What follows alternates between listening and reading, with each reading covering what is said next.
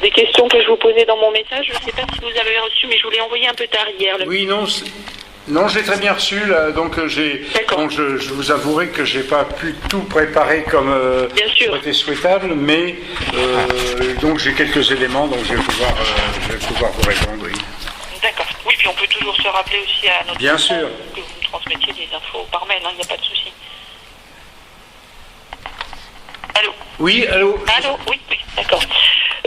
Donc voilà, donc je voulais déjà savoir si, par rapport à ce qui s'était fait depuis, alors je crois qu'on s'était eu au téléphone au début de la saisine il y a pas loin d'1 an maintenant. Voilà, c'est cela, oui, tout à fait. Oui. Donc savoir s'il y avait des choses qui avaient été mises en place, donc j'ai l'impression que oui quand même, par rapport à ce qui est dans le... Oui, enfin il y a eu beaucoup de choses de mises en place sur le papier, mais sur le terrain, ça n'a pratiquement pas avancé. Je vais vous dire pourquoi, parce qu'on se trouve dans une situation électorale. On vient de renouveler les membres du gouvernement calédonien, puisqu'on a un statut un petit peu de très large autonomie. Donc on vient de réélire les membres, et c'est-à-dire que pendant près d'1 an, le fameux groupe amiante qui était suscité par le gouvernement, n'a pas, sans être mauvais angle, n'a pas tellement travaillé sur ces sujets. D'accord. Les dernières avancées, ça a été la venue de Jean-Luc Boulmier, qui est au BRGM, et qui a fait un rapport sur une mission d'expertise indépendante sur l'amiante dans la chaîne de production minière. Parce que c'est en fait la chaîne de production minière, c'est en fait cette problématique qui fait que il y a une espèce d'omerta ici sur l'amiante environnementale. C'est un petit peu comme en Corse, mais en Corse c'est quand même un peu plus libre puisqu'il n'y a pas d'intérêt économique important en jeu, à part ceux des promoteurs. Mais ici, ça touche vraiment, puisque géologiquement, ça touche la production minière, puisque l'amiante et le minerai de nickel sont liés, ce que je dis depuis des années. Mais maintenant, ça y est, petit à petit, ça a été reconnu. Et il n'y a plus de problème. Moi, je m'apprêtais à vous envoyer, mais j'ai pas eu le temps de le préparer parce qu'il fallait que je le scanne. C'est un courrier que j'avais adressé en 2005 à Monsieur à la mission du Sénat. Vous savez, qui a travaillé dessus les premiers. Oui. Terrio oui. Voilà. Monsieur Van Lorenberg, qui était le président de cette commission. Et j'avais attiré son attention sur le fait qu'il avait consacré une dizaine de pages sur la Corse et 4 lignes sur la Nouvelle-Calédonie parce que... donc j'avais attiré son attention là-dessus. Et cette observation, elle est arrivée un peu tard puisque leur rapport était sorti. Par contre, ça a beaucoup influencé la mission parlementaire de l'Assemblée nationale qui a travaillé sur le même sujet à la suite du Sénat. D'accord. Et c'est comme ça que j'ai pu être invité en juin, ça fait exactement 3 ans, en juin 2006, aux rencontres parlementaires qui ont traité de ce sujet, de l'amiante en général, mais le problème de l'amiante environnementale, ça avait quand même fait un peu tilt, et c'est d'ailleurs là, à cette occasion de ces rencontres parlementaires, que j'ai entendu parler de l'AFSET, puisque vous aviez un stand où vous distribuiez des dépliants, et donc à la suite de ça, j'étais entré en contact avec Madame Froment-Védrine, qui était intéressé justement par cette problématique d'amiante environnementale. Mais on en parle quand même depuis très longtemps. Oui. Et alors, ce rapport de M. Boulmier, il est sorti ? Non, alors par contre, ce que je vais pouvoir vous envoyer par mail ou par fax, c'est un rapport provisoire de la restitution qu'il a fait le 15 octobre 2008. Et on attend toujours son rapport complet parce que, effectivement, j'ai l'impression qu'il est un peu gêné dans cette affaire-là parce que le BRGM, comme je vous avais expliqué, a des participations dans les sociétés minières Et lui, il ne doit pas pouvoir trop. Et là, dans son rapport provisoire, il dit carrément, et je vous l'enverrai, il dit que les travailleurs de l'amiante en Nouvelle-Calédonie, les travailleurs, pardon, du nickel en Nouvelle-Calédonie doivent être assimilés à des travailleurs de l'amiante. D'accord. Et alors, et il insiste beaucoup parce que ça, c'est quelque chose qui maintenant est à peu près reconnu par tout le monde en Nouvelle-Calédonie, c'est que où il y a le plus de risques pour les opérateurs, c'est dans les laboratoires d'analyse, parce que voilà, je vous explique rapidement, le minerai, quand il est extrait, il est humide. Donc, oui. Il y a de l'amiante dedans, ça y est, maintenant c'est admis également par les géologues, mais le risque n'est pas patent sur les sites miniers, puisque le minerai est humide, il n'y a pas beaucoup de poussière. D'accord. Le danger apparaît sur les pistes, parce que là, justement, les pistes, ici, quand il fait sec, il y a forcément, les pistes de mine ne sont pas goudronnées, et il y a forcément de la poussière, et il a été relevé des taux de poussière assez important sur les pistes de roulage du minerai. D'accord. C'est de l'ordre de 15 à 20 fibres par litre. Et encore, ça, c'est des chiffres.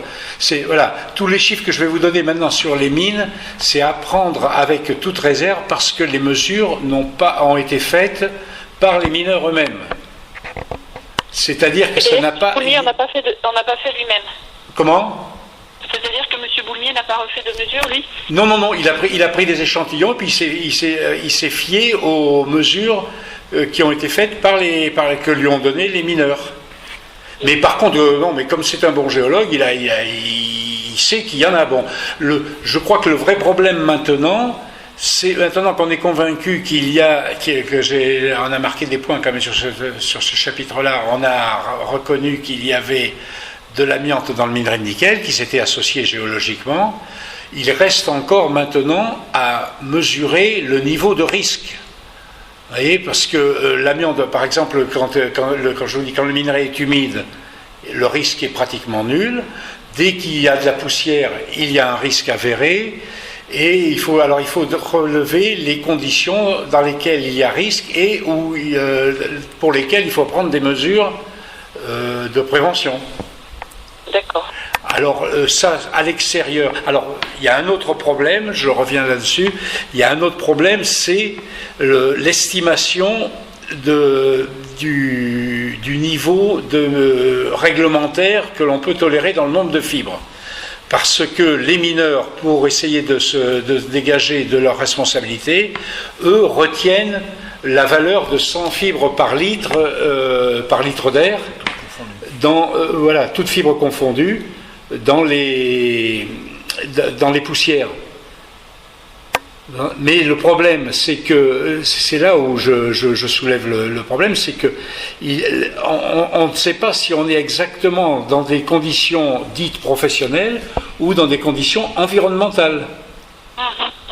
Parce qu'il se trouve qu'à proximité de ces mines, il y a des tribus mélanésiennes qui sont à portée de poussière. La poussière, ils la prennent, et donc, pour eux, il faudrait qu'on fasse des mesures en ayant une limite à 5 fibres par litre d'air. Amiante pure, mesurée au microscope électronique à transmission analytique. Alors ça, c'est un problème qui n'a pas encore vraiment été tranché par le groupe amiante du gouvernement.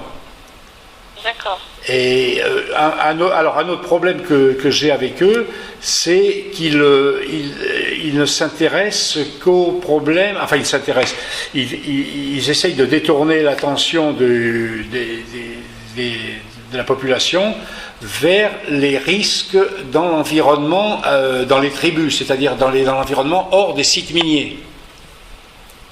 Oui. Voilà. Et c'est là que réside tout le problème, et que se produit le phénomène d'omerta dont je parle sans arrêt, parce que il y a cette problématique. Qu'est-ce qu'il y a dans ce groupe de travail amiante là, du gouvernement? Il y a des représentants de l'industrie du nickel? Non. Par contre, heureusement, il n'y en a pas. Mais par contre, il y a peut-être pire, c'est qu'il y a la direction des mines. La direction des mines qui est inféodée un peu aux activités minières. Alors elle en fait partie. Au gouvernement. Oui, et donc au gouvernement, puisque le gouvernement est actionnaire dans les plus grandes sociétés minières du territoire. D'accord. C'est là où ça blesse un peu. Alors, par contre, il y a, donc pour en revenir au risque qu'il y a en Calédonie, il y a ici Maria Nouchot, c'est une doctorante qui a fait une thèse sur l'évolution de la santé publique, donc le risque amiante environnemental en Nouvelle-Calédonie. Oui, donc ça fait partie des publications que je vous ai citées. Ah d'accord, mais je ne l'ai pas retrouvé dans la liste des publications. J'ai deux papiers de Houchot. Oui. De Marianne, je la connais bien parce qu'on travaille beaucoup ensemble. Et elle. Alors, ah oui, peut-être parce que je vois qu'il y a 3 chiffres, il y a 3 références. Mais là, vous citez par exemple dans le papier, c'est le repère 11 et 12. Vous l'avez sous les yeux ? Je prends ça tout de suite. Oui. C'est le repère 11 et 12. Alors ça, c'est des études qu'elle a fait. Avant la rédaction de sa thèse, elle a été sur place et elle a vraiment payé de sa personne. Elle a séjourné pendant très longtemps dans les tribus, en vivant la vie de tous les jours avec les Mélanésiens, et elle s'est intéressée à ça. Alors moi, je suis tout à fait. Elle a fait un excellent travail. Je ne le critique pas du tout. Au contraire, c'est parfait. La seule chose que je lui reproche, c'est que et elle me l'a dit, et elle le dit, je crois même dans sa thèse, qu'elle a travaillé sur des sites où il n'y avait pas de minerais. Oui. Mais ça fait rien parce qu'elle a fait un travail remarquable, et en fait, en plus, dans les malades, dans les statistiques, il y a la majorité des malades sont des Mélanésiens. Hein, donc, elle a fait un bon travail. Il n'y a pas de minerais, vous parlez de nickel ? Comment ? Quand vous dites qu'elle a travaillé sur les sites où il n'y a pas de minerais de nickel ? Oui, voilà, il n'y a pas de minerais de nickel, parce qu'il se trouve que géologiquement, dans ces endroits-là, il n'y a pas eu le phénomène géologique dont je vous fais grâce, qui fait qu'il y a un enrichissement en nickel par la suite de l'altération des roches péridotiques et serpentinisées. D'accord.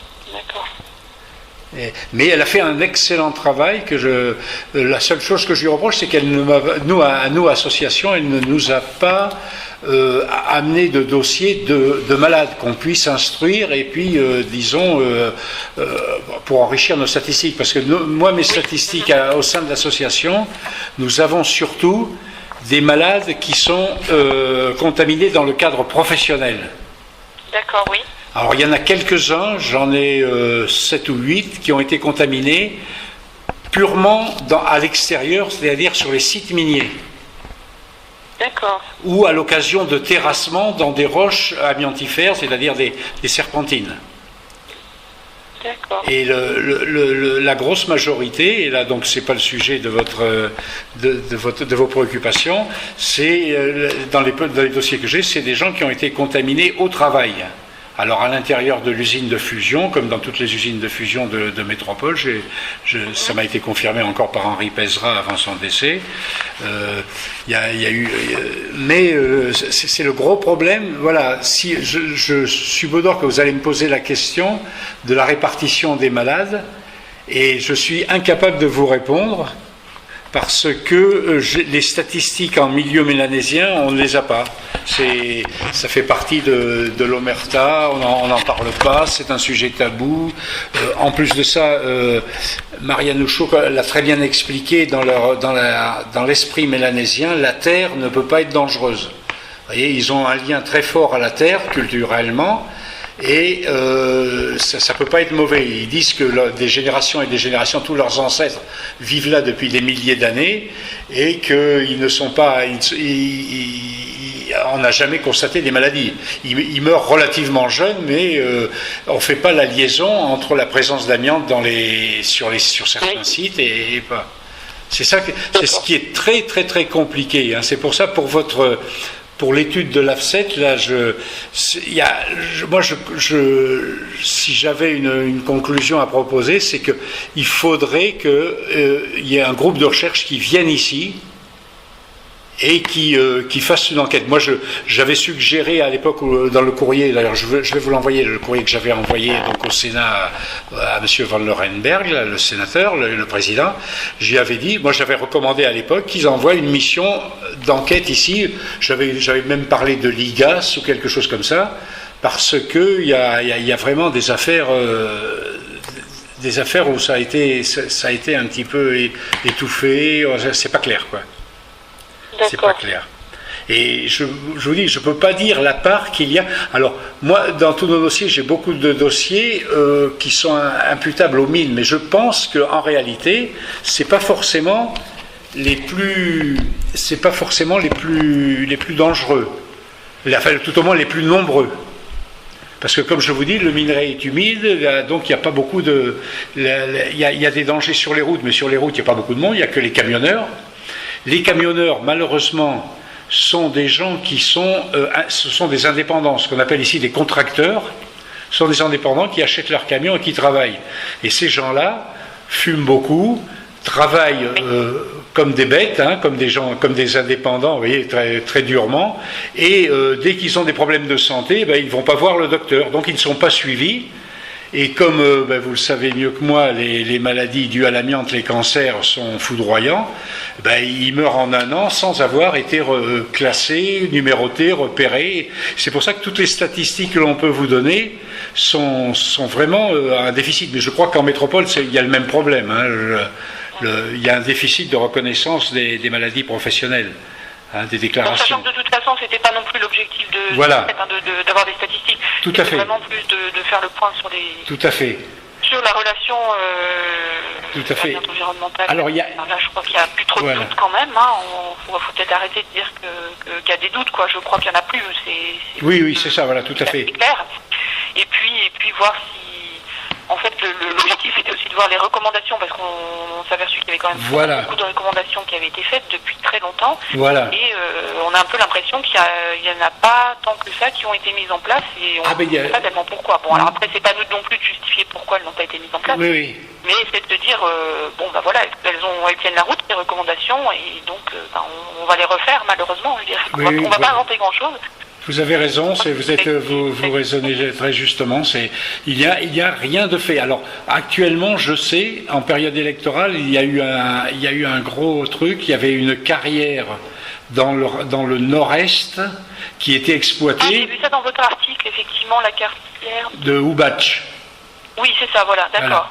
Alors celle-là, ils vont la remblayer. Ça y est, c'est décidé. Il n'y a encore rien de fait, mais on va le faire. Ça a été remis à l'ordre du jour au moment des élections, en période électorale, mais... c'est un peu contextuel par rapport à la période électorale. Voilà, tout à fait. D'accord. Tout à fait. Je pense quand même que ça avance. Je ne vais pas être complètement négatif. Je pense que ça marche dans les esprits. Alors il y a encore donc des lobbies qui essayent de freiner, mais c'est des combats d'arrière-garde. D'accord. Pour en revenir là, j'avais préparé une liste. Allez, dans vos références, il y a un document que vous ne semblez pas avoir. C'est quelque chose qui a été fait par Laonder. C'est un géologue du BRGM. Oui. En 2007. Ça s'appelle l'amiante environnementale en Nouvelle-Calédonie. Il a fait une expertise géologique des zones amiantifères, évaluation des actions engagées. Alors, c'est la référence, je vais vous donner la référence BRGM. C'est BRGM barre incliné RP, oui. 55 894 -FR. Alors c'est un truc de 55 pages, mais où il dit, alors justement, là, à contrario de ce que je laissais entendre tout à l'heure, là, lui, c'est un scientifique du BRGM, donc il n'y a peut-être rien à voir avec les activités industrielles et commerciales, mais il dit qu'effectivement, il y a de l'amiante dans les serpentines, sur les sites miniers. Et il le dit noir sur blanc, donc c'est quelque chose d'absolument avéré maintenant et sur lequel on ne peut plus revenir. D'accord. Et donc là, vous avez été destinataire, vous, de ce rapport? Oui, bien sûr, oui, je l'ai, éventuellement, je pourrais vous l'envoyer, ça fait 55 pages. Je peux leur demander, je connais M. Lander en plus. Donc... Ah ben oui, bien sûr, oui. Par contre, je veux bien juste que vous me redisiez le titre, s'il vous plaît. Alors, c'est l'amiante environnementale en Nouvelle-Calédonie, deux points, expertise géologique des zones amiantifères, évaluation des actions. D'accord. Engagées, des actions engagées. Oui. Et c'est sorti en octobre 2007. Hein, donc c'est déjà quand même assez ancien. Oui. D'accord. Et à ce sujet, puisque M. Lander est assez impliqué là-dedans aussi, a priori, donc, la cartographie complète de la Nouvelle-Calédonie a été faite au niveau, cartographie des zones amiantifères. Voilà. Oui, alors là, vous posez une bonne question parce que c'est un problème, ça fait partie des points qui m'irritent parce que cette cartographie, elle a été faite sur des fonds publics et la cartographie détaillée n'est pas accessible au public. Ça a été fait complètement. Moi, j'ai croisé souvent sur les sites des géologues du BRGM dont vous avez entendu parler. On entend souvent parler Monsieur Morisot. Oui. Hein, oui. Et je l'ai vu sur le terrain. Il fait des relevés, il prend des échantillons, et donc de ça, il ressort des cartes où les zones amiantifères sont repérées. Et ça, on n'y a pas accès. On a droit à la grande carte, vous avez vu, à très grande échelle, là, au millionième, avec les zones, les zones potentiellement amiantifères, mais ça n'a pas une grande précision, à tel point que moi j'ai un adhérent de notre association qui a acheté un terrain à une centaine de kilomètres de Nouméa, et quand il a un terrain pour bâtir, quand il a commencé à terrasser, il est tombé dans des roches amiantifères, qui ont été, donc, on les a analysés, on a reconnu, donc c'est avéré, on n'a pas rêvé, et cette zone-là n'était pas repérée sur les cartes grand public. D'accord. Et quand vous dites des cartes détaillées, vous connaissez l'échelle? Comment? Oui. 50 millième, normalement, ça doit être au moins au 50 millième, oui. D'accord. Alors que moi, la carte que j'ai, c'est la carte qui a été très, très, très distribuée, c'est au millionième. Oui, c'est ça, oui. Ouais. Peut-être au 200 millième, non, j'en ai vu quelques-unes au 200 millième, il y en a peut-être aussi, mais c'est pas très précis. Vous vous rendez compte que c'est des filons, enfin je veux dire, c'est des zones. C'est pour ça. Seulement, voilà, alors on tombe également dans un autre aspect de cette problématique, c'est que on va repérer les zones où il y a de l'amiante, hein, peut-être avec même une grande précision. Hein, puisque compte tenu de la compétence des géologues, je pense qu'ils vont le repérer de manière assez précise. Mais ce n'est pas, on ne peut pas dire que ça permet d'établir une méthodologie préventive, puisque l'amiante vole, vous avez donc entendu parler, là, je ne sais pas si je l'ai cité dans nos correspondances, le docteur Schenker aux États-Unis, qui a écrit qu'autour d'une zone qui est susceptible de diffuser des fibres d'amiante, le risque de mésothéliome ne diminue que de 6,5% tous les 10 km. Oui, ça fait une zone assez large. Voilà, oui. Alors ça veut dire que, d'ailleurs, le groupe Amiante a établi une carte un peu dans cet esprit-là, mais eux, ils s'étaient bornés à limiter, je crois, à 5 ou 10 km autour des zones. 5 km, oui, effectivement. Voilà. Et ils ont. Bon, même à 5 km, de toute façon, ils couvrent toute la Calédonie. Voilà. Ah, mais je vois qu'on a les mêmes sources. Absolument. Donc, de toute façon, je crois que le risque est... Oui, voilà. Mais moi, c'est pour ça, je suis pas un intégriste anti-amiante. On sait qu'on vit dans une zone à risque. Il faut que ça soit dit officiellement et admis par tout le monde, quel niveau de risque on peut admettre. Hein? Moi, je fais la comparaison facile avec les accidents de la route. Hein? Oui. On sait que quand on prend une voiture, on court le risque d'avoir un accident et de mourir. C'est pas pour autant qu'on diminue. On a admis, donc on essaye de diminuer le taux d'accident et le taux de mort, mais on n'interdit pas à toutes les voitures de rouler. Eh ben, moi, mon rêve, ça serait qu'on raisonne de la même façon, logique, avec l'amiante. On dise, voilà, on admet que, par exemple, en Calédonie, on a actuellement quand même, ça a été encore le docteur Privé qui est venu ici dernièrement, a mis l'accent sur ce problème-là. On a 30 fois plus de risques que le risque mondial. Bon, est-ce qu'on est prêt à l'admettre ou pas? Voilà, oui. Les derniers chiffres, alors je sais que ce n'est pas votre préoccupation, mais c'est les derniers chiffres que j'ai et qui sont qui sont officiels et qui remontent quand même à 2 ou 3 ans. C'était sur une période de 10 ans, on a 72 mésothéliome. D'accord. Et donc ça vient de quelle source? Ça c'est l'Institut Pasteur, je pense, c'est le registre des cancers. C'est Francine Baumann qui doit avoir ça, je pense. Je dois l'appeler dans le cours de la semaine prochaine, madame. Oui, je pense, oui. Elle est très branchée là-dessus, mais au début, c'est moi qui l'ai intéressée à ce problème-là, puisqu'elle est épidémiologiste, et puis elle gère en même temps le registre des cancers. Et quand je lui ai parlé de l'amiante environnementale et des problèmes miniers, en scientifique innocente, elle a tout de suite été au service des mines, elle leur a dit qu'est-ce que c'est ce problème-là, il y a de l'amiante dans le minerai. Et on lui a dit, je ne sais pas si elle vous le répétera, mais on lui a dit il ne faut pas travailler sur ce problème-là, c'est un sujet trop sensible. D'accord. Et là, elle est très gênée. Moi, j'allais la voir souvent pour échanger des informations. Et son patron, qui était le directeur de l'Institut Pasteur à Nouméa, m'a pratiquement mis à porte Manu Militari parce que je défendais cette thèse. Voilà, c'est ça. Ouais. Et depuis ça a évolué. Et maintenant, c'est admis. Et puis il est parti. Donc il n'y a pas de problème. D'accord.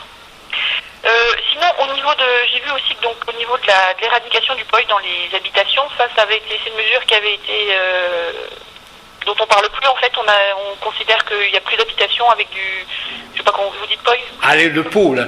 Oui, les habitations avec le pot. Alors c'est ça qui a d'énervant pour moi qui suis un peu scientifique, c'est que il y a eu un programme qui a coûté très très cher, 2 millions CFP, le CFP faisant 1 euro faisant 120 CFP. Oui. Voilà, il y a eu 2 milliards de dépensés. On a détruit ces maisons, on a reconstruit des maisons traditionnelles pour les Mélanésiens. Par contre, on n'a rien fait sur les routes. Alors les enfants qui habitaient dans ces maisons continuent de jouer dans la terre. Et d'ailleurs, dans la thèse de Marianne Houchot, elle a pris des belles photos puisqu'elle a la fibre sociale, donc elle a insisté beaucoup là-dessus. Et c'est scandaleux, parce qu'on n'a pas diminué le risque. Il ne parle pas d'amiante, il parle D'accord, oui.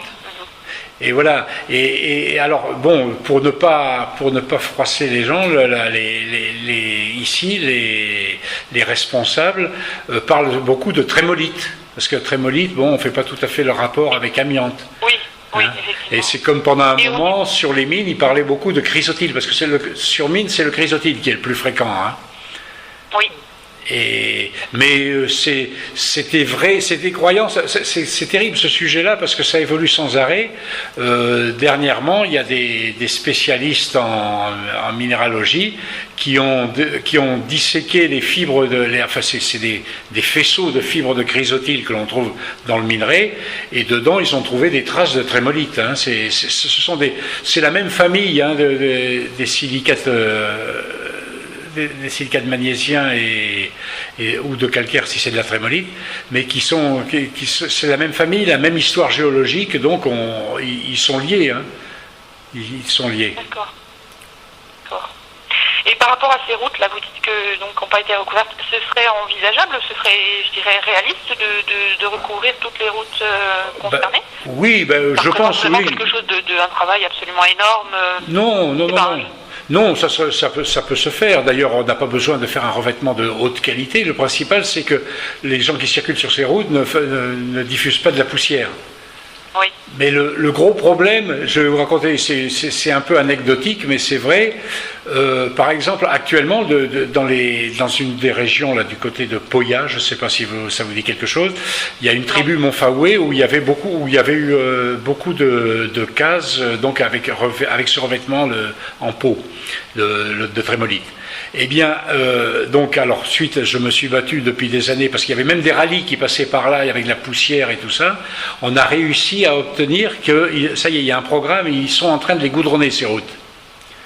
Et dernièrement, c'est une anecdote, mais enfin, il y a un reportage qui est passé à la télévision, où on voit les entreprises qui sont en train de faire les terrassements pour que la route soit goudronnée, qui prennent toutes les précautions normales, c'est-à-dire ils ont des combinaisons avec des masques, avec un appoint d'air, avec filtre total, les camions sont des cabines pressurisées avec des filtres total aussi, enfin ils sont équipés comme des cosmonautes, comme sont équipés également je ne sais pas si vous avez vu le film Mortel Amiante là, en Corse. Non, j'ai vu les références, il faut que je le... Oui, il est pas terrible. Enfin, moi, je me suis un peu fâché avec le rédacteur. C'est autre chose, c'est un autre aspect. C'est parce qu'il a exploité. C'est un comment s'appelle, un régionaliste, un indépendantiste corse, et il a exploité ça sur le plan politique. Mais donc, pour en revenir à ce chantier. Donc les ouvriers sont habillés en cosmonautes, et ils me disaient, regardez, il y a les Mélanésiens qui sont juste à côté, en claquettes, sans masque, et puis qui rigolent de les voir équipés comme ça. Vous voyez. Les enfants jouent jouent dans la poussière, et vous voyez, il y a un gros travail d'information à faire dans ce sens-là. Mais enfin, je crois que c'est général. Hein. Patricia Burdi en Corse, elle me dit que c'est la même, elle est confrontée à la même problématique de l'environnement, parce que c'est un danger qui n'est pas visible, qui n'est pas patent, la relation n'est pas directe, puisque les gens qui sont exposés mettent 30 ou 40 ans à développer leur maladie, et bon, ben ça je vous apprends rien là. Ouais.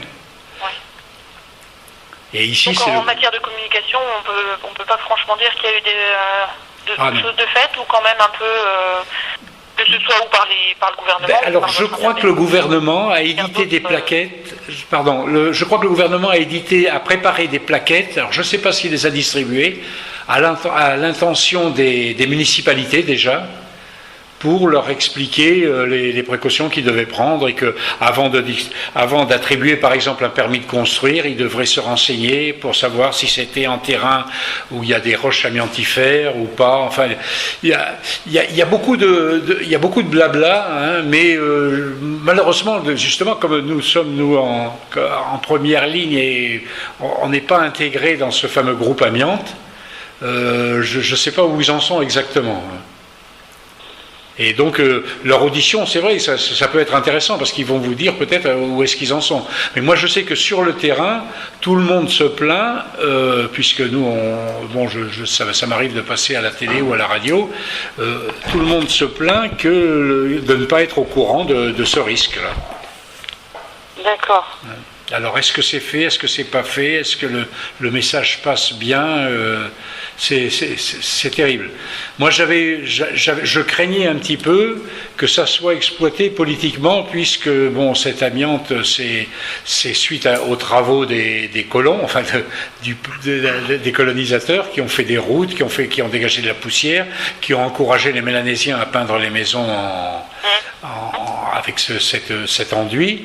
Et donc que ça soit exploité, mais même pas parce que les Mélanésiens leurs leaders sont tous partie prenante également dans les sociétés minières. Alors donc ça n'a pas exploité. Il y a un silence radio quels que soient les bords, hein, de l'extrême droite à l'extrême gauche, et personne n'en parle. J'ai un gros problème à ce sujet. J'arrive pas à sensibiliser les politiques. C'est aussi que sur le plan industriel, rien n'est fait, aucune réglementation. Sur le plan industriel également, alors je sais qu'à l'intérieur de la société Le Nickel, ils en parlent, hein, ils font des PowerPoint au niveau des cadres, mais c'est pareil, les employés ne sont pas avisés. Au niveau réglementaire, sont pas réglementés, ils ne sont pas avisés des risques. Alors le CHSCT, donc de cette société, le Comité d'hygiène, de sécurité et conditions de travail, n'est pas au courant, ou alors il reçoit des informations qui sont expurgées de tout danger, enfin de tout risque, d'allusion à tout risque. C'est vraiment, il y a un gros travail, je vous dis, ça fait 10 ans que je me bats là-dessus et j'arrive pas à faire passer le message. Hein. Et même chez nos adhérents, hein, ça ne suit pas beaucoup. Là, ça y est, maintenant, on est en train de judiciariser ça. Il y a plusieurs plaintes qui sont déposées avec poursuite en faute inexcusable des employeurs. Mais c'est l'aspect professionnel, vous voyez, c'est pas l'aspect l'amiante environnemental. Oui, effectivement. D'accord, oui, donc là... Et là, pour en revenir donc au pouvoir public, moi j'ai quand même 2 services que je peux remercier quand même, parce qu'ils ont l'air quand même de prendre ça à main, dans la limite où, comme tout fonctionnaire, ils veulent pas trop se mettre à dos le pouvoir, mais il y a la direction du travail, qui a fait qui a suscité des réunions en invitant tout le monde, les sociétés minières, nous autres, les associations de malades, les syndicats et tout ça, et qui a fait un gros travail d'information, hein, ça il ne faut pas nier. Et la CAFAT, alors qui est l'équivalent de la caisse sociale, qui commence, ça y est, maintenant à indemniser. Alors bon, il faut que les dossiers, c'est une grosse partie. Allô ? Oui. Alors non, je croyais avoir coupé parce que j'ai touché avec mon téléphone. Oui, la CAFAT commence à indemniser les malades et à les prendre en compte. C'est une grosse partie de mon travail, c'est de constituer des dossiers qui médicalement tiennent la route. Et c'est dans cet esprit qu'on a fait venir ici le docteur Privé, qui est formateur auprès de l'Andeva et qui nous a qui nous a donné quelques informations, mais c'est un sujet tellement compliqué. Pour vous dire, ici, les pneumologues ne savaient pratiquement pas lire un scanner. Ils voient bien, mais faire la différence entre une plaque pleurale, une amorce de pleurésie ou une asbestose, tout ça, ils sont en train de se mettre au jour. Hein, ils s'y mettent, mais ils étaient vraiment en retard sur ce sujet-là, sur cette problématique. Hein. Ils soignent très bien les malades, hein, et puis j'ai même pas à les juger sur ce sujet-là, mais le gros problème, c'est la qualification de la pathologie. D'accord. S'il y avait des moyens, beaucoup plus de moyens qui étaient dégagés, qu'est-ce qui pour vous paraît très prioritaire en termes alors peut-être plutôt de mesures préventives, oui. On va dire.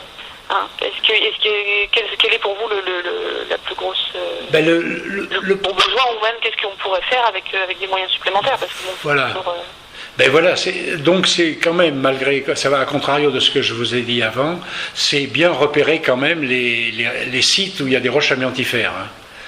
Ça, c'est quand même l'ABC. Et après, il y a les revêtements routiers.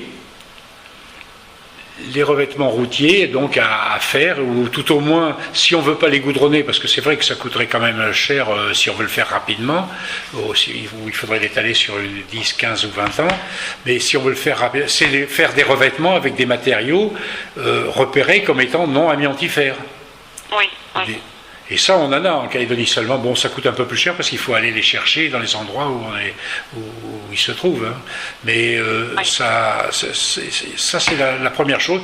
Et surtout, ne pas, par exemple, ne pas faire de travaux de terrassement sans qu'il y ait un diagnostic amiante sur le terrain, fait par des géologues, alors si possible indépendants, mais ici c'est pas tellement possible puisqu'ils sont tous les géologues sont liés aux activités minières, mais enfin quitte à en faire venir d'indépendants ou à, je sais pas, faire prêter serment, et puis ou qu'ils soient audités de temps en temps avec des contrôles, enfin il y a mais alors donc les travaux, je vous disais, les travaux de terrassement, donc des routes ou des plateformes et également les permis de construire, ne pas délivrer de permis de construire si on n'a pas Pour vous donner un exemple, à Nouméa, la ville de Nouméa, c'est une ville où il y a beaucoup de collines, c'est très accidenté.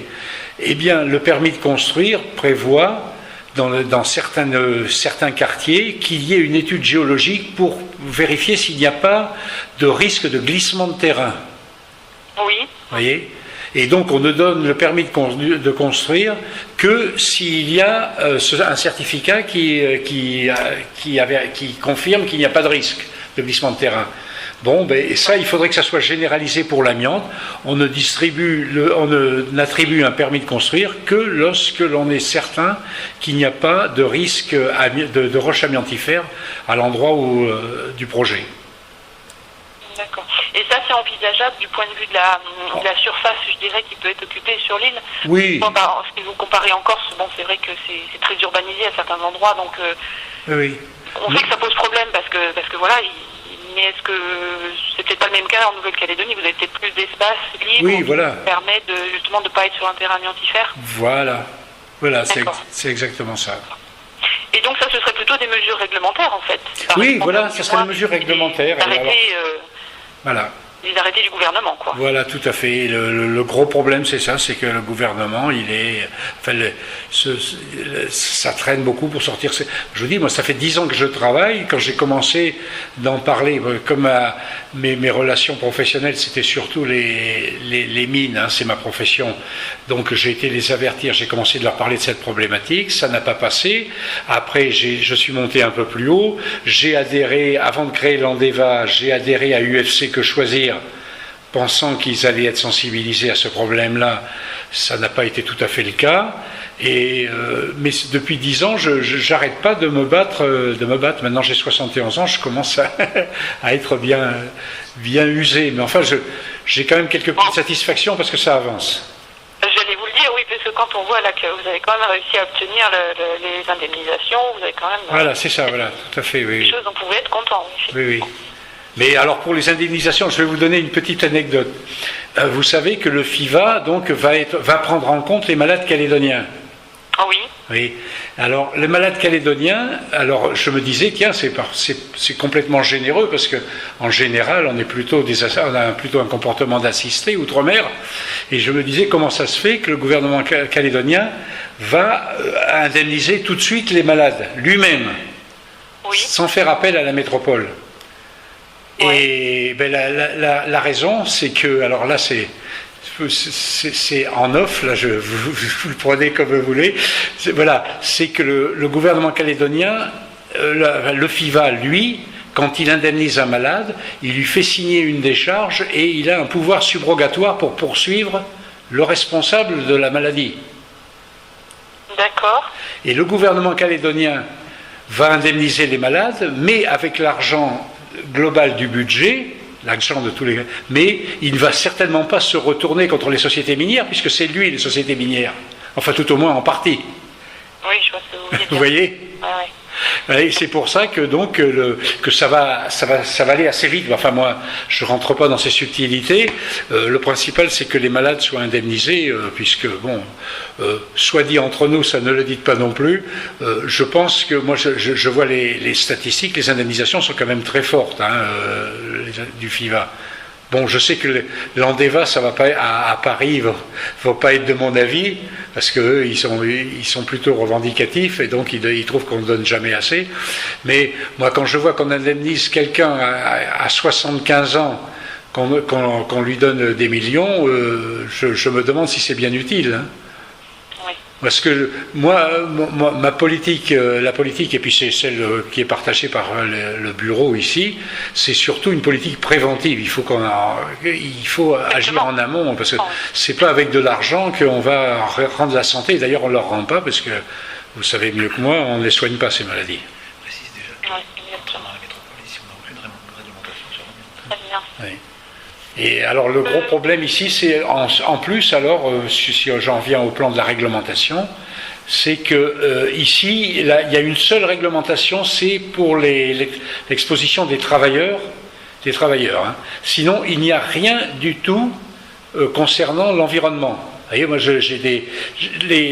on est obligé de compter sur le FIVA, s'il se débloque, parce que le FIVA rembourse, indemnise les gens qui sont contaminés dans le cadre environnemental. Ils ne sont pas forcément salariés. D'accord. Mais ici, ils n'ont rien du tout. Ils sont pris, bon, évidemment, que s'ils sont malades, ils sont soignés, leurs soins médicaux leur sont remboursés, mais ils ne sont pas indemnisés. Il n'y a aucune réglementation. Vous voyez, la réglementation en métropole qui est très stricte, qui est la réglementation, le code de santé publique. Oui. Ici, il n'y a rien de ça. Pas de diagnostic, rien. Il n'y a pas de diagnostic de réglementé pour avant la destruction d'un immeuble, avant la vente d'une maison, tout ça, il n'y a rien de fait. Le stockage des déchets, la gestion des déchets, il n'y a aucune réglementation là-dessus. Alors je sais que le gouvernement en parle régulièrement, mais il n'y a rien de concret qui sort. D'accord. Je me suis dit, pour la partie environnementale, il n'y a pas grand-chose dans la réglementation française non plus. C'est aussi oui, c'est vrai. C'est tout à fait vrai. De ce côté-là. C'est tout à fait vrai. Et d'ailleurs, il y a une petite ambiguïté. Bon, maintenant, je sais que dans les esprits de tout le monde, en métropole même, en Corse, enfin un peu partout, on s'est fixé pour l'environnement 5 fibres par litre. Mais ce n'est pas réglementaire. La réglementation au stricto sensu, les 5 fibres par litre, c'est dans les parties communes des habitations. Absolument, tout à fait. Ouais. Exact. Et il y en a qui savent bien utiliser ce fait. Et je vois que j'en profite pour féliciter l'AFSET parce que je vois que c'est pas votre service peut-être, mais il y a plusieurs documents qui viennent de sortir avec des recommandations que vous faites au gouvernement concernant la prise en compte des fibres fines, des fibres courtes. Oui. Et puis, c'est Guillaume Boulanger qui travaille avec moi sur la saisine d'amiante environnementale également. Donc. Voilà, d'accord. Et puis, alors, ce que j'applaudis, c'est l'exclusion du contrôle au microscope optique à contraste de phase. Là. Oui. Parce que ça ne veut rien dire du tout. Hein. Oui. Et ça, j'ai vu que c'est une des recommandations de l'AFSET, justement, que le méta soit généralisé. Oui. Voilà. Oui. Bon, écoutez, très bien. Est-ce qu'il y a d'autres personnes que vous me suggéreriez de contacter? Bon, j'ai une liste déjà de personnes que je souhaite rappeler, mais est-ce qu'il y a des personnes, vous, qui paraissent assez importantes à auditionner? Est-ce que vous avez noté Marianne Houchot? Alors, effectivement, je ne l'avais pas noté, j'ai vu ces rapports, mais je ne l'avais pas noté. Effectivement, ça peut... Ah oui, je l'ai eu. La personne de l'Institut Pasteur elle n'est pas à l'Institut Pasteur, elle-ci. Comment? Elle est à l'Institut Pasteur, Marianne Houchot? Marianne Houchot, non, elle est à l'université. En fait, c'est une pharmacienne de métier, et elle vient de passer sa thèse de doctorat en géographie de la santé, et elle devrait, mais je ne sais pas si sa chaire a été ouverte, elle devrait travailler à l'université de Nouvelle-Calédonie. D'accord, ok. Mais je vais vous donner son adresse mail si vous voulez. Oui, je veux bien. Alors c'est Y. Oui. M. Oui. A. Deux fois A. U. RIAC. RIAC. arrobase. Oui. Lagoune. Oui. .nc. D'accord. Donc ça fait YMA Aurillac, c'est ça? Oui, voilà, c'est ça. D'accord, ok, entendu. Elle est à Lagoune avec 2 O, hein. LAG2ON. D'accord. C'est un serveur d'ici, et donc vous ne connaissez pas forcément. D'accord. Je l'ai déjà vu, oui, j'ai déjà vu quelqu'un avec ça. Oui. Non, elle a fait un gros travail sur l'amiante dans les tribus, dans le milieu mélanésien. Je vous dis, moi, le petit reproche que je lui fais, mais on se taquine un peu tous les deux, c'est que je lui dis, moi je parle du Midré, vous parlez des sites des Mélanésiens. J'ai dit, moi on se complète, hein, tout à fait. Hein. Tout à fait. Oui. Elle a fait un très bon travail, et sur le plan professionnel d'ailleurs, sa thèse elle a eu rapidement, automatiquement, bien entendu. D'accord, très bien. Non, je vois à peu près quel. Je vous avais cité, dans un de nos premiers contacts, je l'avais cité, un professeur de géologie qui était à l'université, qui a d'ailleurs un petit peu guidé Marianne Auriac là, au début de ses travaux. Mais il est rentré en France. Mais je sais qu'il continue de travailler dessus, hein, mais sur le plan vraiment de la science fondamentale. Hein, il est très pointu sur ce sujet-là. C'est Picard. Christian Picard. Picard, d'accord. Et vous ne savez pas dans quel... Il est retourné à l'université? Oui, et non, il est à Grenoble. D'accord. Mais je cherchais j'ai dû vous donner ses coordonnées au début. C'est possible, je vais retrouver vos messages. Oui. Voilà. Je vais retrouver ça. Et si vous avez un problème, vous me le dites, je vous retrouverai les coordonnées. C'est pareil, je voulais vous envoyer, mais alors c'est tellement compliqué le site sur lequel vous pouvez avoir la thèse de Marianne Auriac. Là. On demandera. D'accord. Je vous l'enverrai par mail, hein, parce que c'est très compliqué. Volontiers. Donc parce que vous me dites que les deux publications que je vous ai citées, elles sont antérieures, c'est ça? Antérieures à sa thèse? Oui, tout à fait, oui. D'accord, oui. D'accord, entendu. Oui. Et là, je vois que dans vos notes, là, vous avez recité, là, parce que ça c'est important, parce qu'à mon avis, c'est très ancien. Je veux dire, c'est un des documents les plus anciens que j'ai pu trouver. Moi, qui date de 78. C'est le compte rendu d'un colloque qu'il y a eu au BRGM. Là. Oui, c'est vous qui nous l'aviez transmis. Voilà, c'est ça, Oui, d'accord. Oui, tout à fait. Voilà. Et alors, par contre, aussi, il y a une chose que j'ai trouvée. Alors, il y a deux rapports que vous devez connaître, bien entendu. C'est le rapport de l'INVS qui est sorti l'année dernière. Oui, et qui concerne plutôt la France. Voilà. Oui. Ça m'a bien amusé parce que la France, c'est la France continentale. Ils ne parlent même pas de la Corse. Oui, parce qu'ils l'ont mise à part du fait de sa spécificité. Oui, je pense. Il y a eu beaucoup de publications et du coup ils ont voulu la mettre à part. Et il y en a un autre, celui de la Haute Autorité de la Santé, qui est sorti en mars, et il est très bien. Et j'ai retrouvé là-dessus une phrase. Alors je ne l'ai pas noté, je sais que j'ai retrouvé une phrase qui dit qu'on sait que depuis 1970 qu'il y a des risques pour les populations qui vivent à proximité des sites où il y a des roches amiantifères affleurantes. En 70, vous voyez un peu. 70, oui. C'est catastrophique, hein, ça fait 40 ans bientôt. J'ai vu que les premières publications sur l'aspect professionnel, oui. Ah oui, bon, je sais que c'est vrai qu'on vit à une époque, maintenant on voudrait ne plus courir de risque, aucun risque, mais là c'est quand même beaucoup. Il y a le silence, il y a eu un bon travail de fait. On peut toujours le critiquer, dire que ça n'a pas été assez vite et que ça n'a pas été fait. C'est sur l'amiante industriel dans les bâtiments. Oui. Mais l'amiante environnementale, c'est une catastrophe. Enfin, moi, c'est ce que j'ai dit d'ailleurs c'est ce que je disais dans mes premières publications, dans les premières notes que j'envoyais à droite et à gauche. C'est le futur scandale de l'amiante environnementale. Oui. Et il faudrait les dramatiser parce qu'après c'est fini. Il va y avoir une paranoïa qui va se mettre en place et les gens n'oseront plus rien faire. On n'osera plus bêcher son jardin parce qu'il y a peut-être des roches amiantifères. Oui. C'est vrai. C'est une question d'informer et après. Voilà, il faut raison garder. Hein, c'est comme dans beaucoup de choses. Bon, écoutez, M. Fabre, merci beaucoup. Je vous en prie. N'hésitez pas si vous avez d'autres informations à me transmettre que vous souhaiteriez. J'y manquerai pas. Et puis moi, si je peux me permettre, je vous recontacterai ou par mail ou par téléphone. N'hésitez pas, vous savez, c'est comme ça, parce que ici, à part le fameux journaliste dont je vous ai envoyé l'article, là, les médias sont plutôt avares d'informations. Ouais. Bon.